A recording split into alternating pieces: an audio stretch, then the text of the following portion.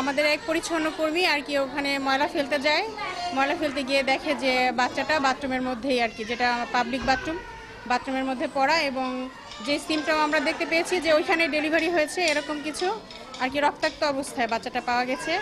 পরে খালা আর কি আমাদেরকে জানায়, আমরা তাৎক্ষণিকভাবে বাচ্চাটাকে ওটিতে নিয়ে যাই এবং ওখানে অক্সিজেন দিই।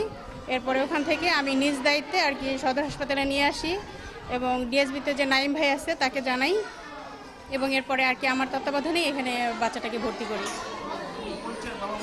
না, এরপরে আমরা ওখানে অনেক খোঁজাখুঁজি করছি যে অন্য কোনো আর কি বাচ্চার কোনো গার্ডিয়ান বা এরকম কোনো অসুস্থ কোনো পেশেন্ট আছে কি না, কিন্তু কোনোভাবে কাউকে ট্রেস করতে পারিনি।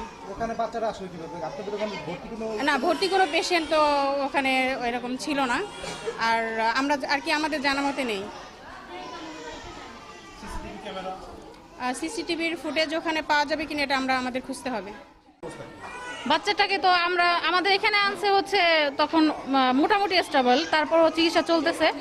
আর ওরে আমরা শোনা মতো খুব খারাপ কন্ডিশনে ফেলে গেছে, ও ঠান্ডা হয়ে গেছিলো শরীর, আমরা থার্মাল কেয়ারে দিছি, অ্যান্টিবায়োটিক পাচ্ছে, ইনজেকশন চালু হয়েছে, এখন মুখে খাবারের জন্য স্যালাইন চালু হয়েছে, এগুলা চলতেছে আপাতত।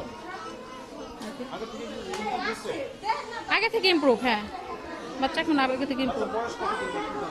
বাচ্চা আজকে 0 দিনের বাচ্চা, আজকেই হয়েছে।